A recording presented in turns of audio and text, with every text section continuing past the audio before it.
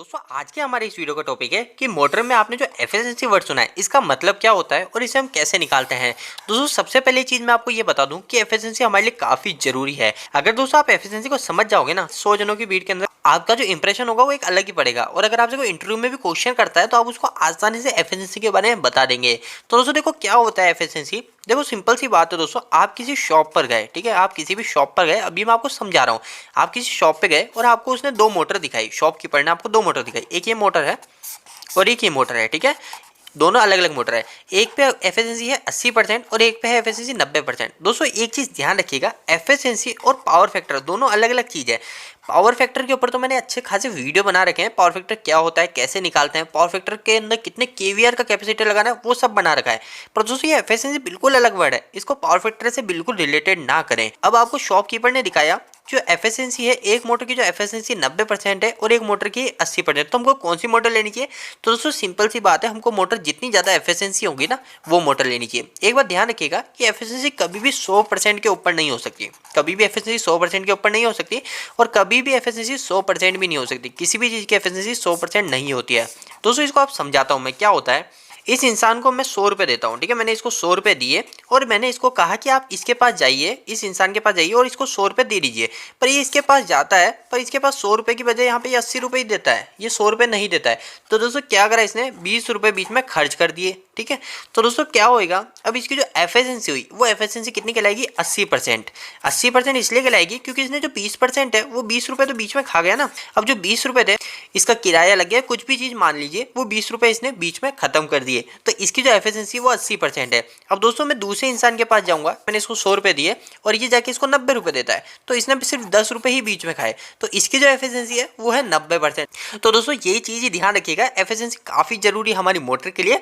और दूसरी चीज़ दोस्तों, एफिशिएंसी जो होती है ना, जिस मोटर की अगर हमारी एफिशिएंसी अच्छी है, जैसे इस मोटर की एफिशिएंसी 90% है, दोस्तों जो भी मोटर हमारी 90% के ऊपर एफिशिएंसी की आती है वो हमारी हाई एफिशिएंसी मोटर कहलाती है, ठीक है। 90% के ऊपर हमारी जो अधिकतर मोटर की एफिशिएंसी होती है वो 80%, 85% और कई कई मोटर जो होती है जो 75% की एफिशिएंसी की आती है। पर दोस्तों जो पुरानी मोटर होती थी उनकी आती थी 70%, 75%। पर आजकल जो मोटर आ रही है वो 85%, 80% आ रही है और हमको ज़्यादा से ज़्यादा एफिशिएंसी की मोटर रखनी चाहिए। और दोस्तों अगर हमारी मोटर की एफिशिएंसी कितनी है हमको वो भी कैलकुलेट करना चाहिए, ताकि हमारी मोटर की लाइफ जो है वो फ्यूचर में अच्छी रहे। और एफिशिएंसी निकाल के हमको उस एफिशिएंसी को अच्छा करना चाहिए। वो एफिशिएंसी को कैसे अच्छा करता है उसके ऊपर मैं एक अलग वीडियो बनाऊंगा। तो दोस्तों एफिशिएंसी होता क्या है, सिंपल सी बात है, एफिशिएंसी को दर्शाते इससे ये एन लिखा, इस एन में एक डंडी लंबी चली जाएगी और यूं घूम जाएगी हल्की सी, तो ये एफिशिएंसी का साइन है। मैंने जो पावर दी, ये मेरी पावर 100 रुपये थे, ये मेरी पावर थी। मेरी जो पावर है वो आउटपुट में कितनी मिल रही है मुझे वो हमको पता होनी चाहिए। अब जो आउटपुट में मेरे को 90 रुपये मिले तो ये हमारी पावर आउटपुट में मिली, पर मैंने इसको इनपुट में कितनी पावर दी थी वो भी मेरे को पता होना चाहिए। तो मैं क्या करूँगा दोस्तों, मेरी जो आउटपुट की पावर है उसके ना इनपुट की पावर का भाग लगा दूंगा और मेरी एफिशिएंसी आ जाएगी।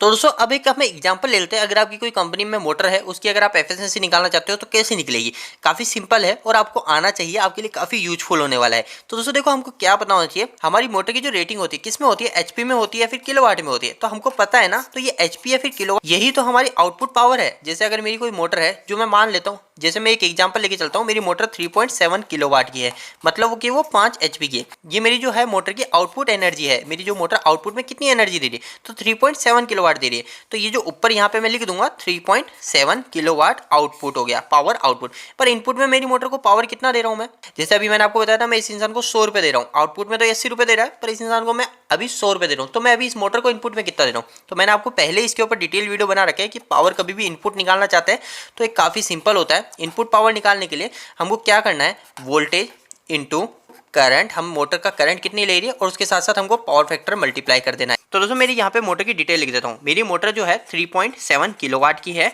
और मेरी मोटर को मैं 415 वोल्टेज से स्टार्ट कर रहा हूँ, जो कि करंट ले रही है 7 एम्पियर, ठीक है, 7 एम्पियर मोटर करंट ले रही है। इसका पावर फैक्टर जो है वो पावर फैक्टर अलग चीज़ होती है और एफिशिएंसी अलग चीज़ होती है। पावर फैक्टर जो है इसका 0.9 है। बस दोस्तों मेरे को सिर्फ इतनी सी चीज़ का ही पता होना चाहिए। अब दोस्तों मैं पहले पावर इनपुट निकाल लेता हूँ, पावर आउटपुट को मैंने आपको बता दिया। तो पावर इनपुट निकालने के लिए मेरे को क्या करना है, voltage into current into cos register, मतलब इन तीनों को मल्टीप्लाई करना है। तो मैं यहाँ लिख देता हूँ वोल्टेज मतलब 415। दोस्तों आपको मैंने पहले ही काफी बार बता रखा है कि कभी भी अगर 3 फेज वोल्टेज की बात आ जाती है तो हमको हमेशा कोई भी इलेक्ट्रिकल का फॉर्मूला उसके अंदर वोल्टेज के साथ में मल्टीप्लाई करना पड़ता है 1.732, जो कि √3 की वैल्यू होती है। वोल्टेज इंटू √3 करना पड़ता है, यानी कोई भी इलेक्ट्रिकल फॉर्मूला है अगर 3 फेज है तो आपको वहाँ करना ही करना है, वरना आंसर गलत आएगा। तो 1.732 कर दिया। इसके साथ में करंट, तो करंट है मेरे पास 7 एम्पियर, तो मेरी मोटर 7 एम्पियर ले रही है, तो मैं यहाँ लिख देता हूँ। और साथ साथ मेरा जो है मल्टीप्लाई पावर फैक्टर मतलब 0.9। तो इन सबको मैं एक बार मल्टीप्लाई कर लेता हूँ और मेरा आंसर जो आएगा वो आएगा 415 इंटू 1.732 इंटू 7 एम्पियर और पावर फैक्टर जो है 0.9। तो दोस्तों मेरा जो आंसर आया वो आया 4528। तो दोस्तों ये है हमारे मोटर की इनपुट पावर, यानी हम मोटर को जो इनपुट पावर दे रहे हैं वो पावर हमारी इनपुट में यही है। तो दोस्तों मैं यहाँ पे इसको पुट कर दूंगा 4528। दोस्तों यहाँ पे जो पावर पुट करनी है एफिशिएंसी के फॉर्मूले में, जो एफिशिएंसी के फॉर्मूले में पावर पुट होती है यहाँ पे हमेशा वाट में होती है और हमको पावर मिली हुई किलोवाट में। तो मैं क्या करूँगा 3.7 को 1000 से मल्टीप्लाई कर दूंगा, 3.7 इंटू 1000, तो ये हो जाएगा मेरा 3700। आप कैलकुलेटर का उपयोग कर सकते हो। तो ये हो गया मेरा 3700 भाजक 4528। तो दोस्तों ये जो भाग करने के बाद मेरा आंसर आएगा वो आएगा 3700 भाजक 4528।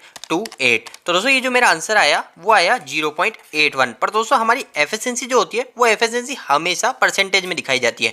हमारी एफिशिएंसी को जो शो किया जाता है वो परसेंटेज में शो किया जाता है। तो मेरे को हमेशा इसके साथ में मल्टीप्लाई बाय 100 करना है, ठीक है। तो मल्टीप्लाई 100 कर दूंगा मैं इसको।